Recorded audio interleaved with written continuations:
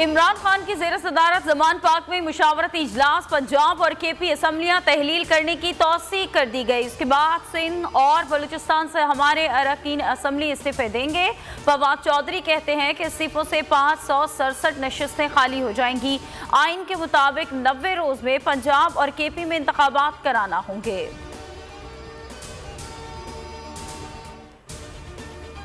इमरान खान ने senior leadership और CMKP के साथ मुशावरत मुकम्मल कर ली। असद उमर कहते हैं कि पंजाब और खैबर पख्तूनख्वा की पार्लिमानी पार्टी की मुशावरत के बाद दोनों असम्बलियाँ तहलील करने की तारीख का ऐलान किया जाएगा।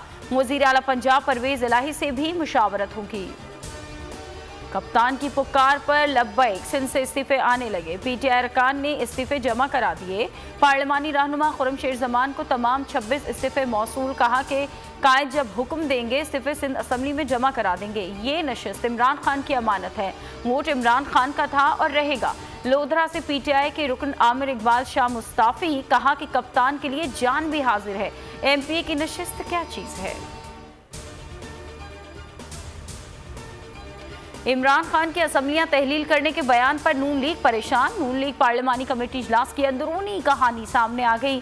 इजलास किसी नतीजे पर ना पहुंच सका। कानूनी माहिरीन ने राय दी, असम्बली इजलास जारी है, तहरीक अदम एतमाद पेश नहीं की जा सकती। पैसा फेंक तमाशा दे, इलेक्शन कमीशन खजाने पर बड़ा बोझ डालने के लिए तैयार। तर्जुमान का कहना है पंजाब और केपी ज़िमनी इलेक्शन पर 22 अरब के अखराजात आएंगे। खाली नशस्तों पर 60 रोज में इंतखाब कराने के पाबंद हैं। जितने इस्तीफे आएंगे ज़िमनी इलेक्शन करा देंगे। फवाद चौधरी ने ट्वीट में लिखा कि अपनी तैयारी करें, बयानात ना दें। फयासल हसन चौहान बोले कि इलेक्शन कमीशन शाह से ज्यादा शाह का वफादार है।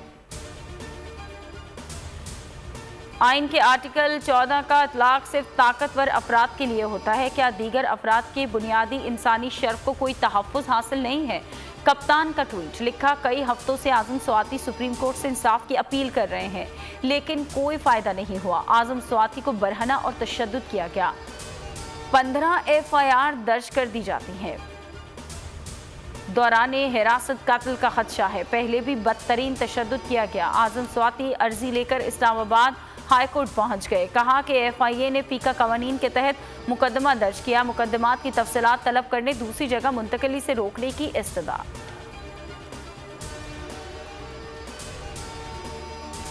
24 घंटे में 36 मुकदमात, इंतकामी कार्रवाइयाँ की सारी हदें फलांग ली गई। शहबाज सरकार ने सबको पीछे छोड़ दिया। आज़म स्वाति के खिलाफ एक के बाद दूसरी FIR कटने लगी। PTI के 75 साला बुजुर्ग सेनेटर के खिलाफ ठट्ठा, नवाब शाह और गवादर के थानों में मजीद मुकदमात। मुटियारी एराजी corruption scandal, assistant commissioner Saeedabad के घर से 42 करोड़ बरामद। मंसूर अब्बासी और regional manager Sindh bank Tabish Shah की जमानत कबल गिरफ्तारी मनसूख। एंटी करप्शन टीम ने दोनों अफसरान को अदालत के बाहर से गिरफ्तार कर लिया। मोटरवे प्रोजेक्ट में 2 अरब 17 करोड़ के गबन का तयन हुआ है।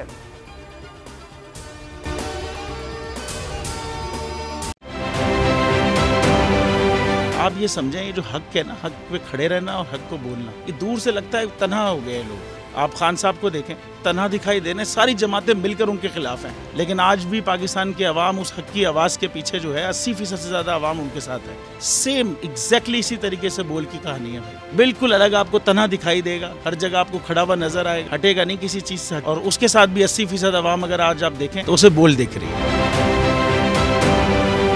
जाली केस है ना, ये हम पे उस वक्त बनाए गए थे जब हुकूमत यही थी, इन्हीं लोगों की हुकूमत थी ना। और ये जाली केस, इनको मैं नहीं कह रहा इस केस को जाली केस, इनको पाकिस्तान में क्या पूरी दुनिया में एक ऐसा शिकायत कुंदा नहीं मिला, एक ऐसा कंप्लेनेंट नहीं मिला जिसने ये कहा हो कि हमारे साथ फ्रॉड हुआ है। तो ये खुद ही बन गए कंप्लेनेंट और ये खुद ही इन्होंने खुद ही इन्वेस्टिगेशन की, उसकी खुद ही तफ्तीश भी की। यानी कि कंप्लेनेंट भी है, इन्वेस्टिगेशन ऑफिसर भी है। और इन द एंड इन्होंने फिर उसके बावजूद ये कोर्ट में जमा कराया कि जी ये केस जाली केस था और इसमें किसी किस्म जो कुछ एग्जैक्ट कर रहा था सब लीगल। ये मेरी बात नहीं है, ये इनके इन्वेस्टिगेशन ऑफिसर की बात। सबसे ज्यादा व्यूज और सबसे ज्यादा रेटिंग के साथ बोल आज भी रहा नंबर 1 पर।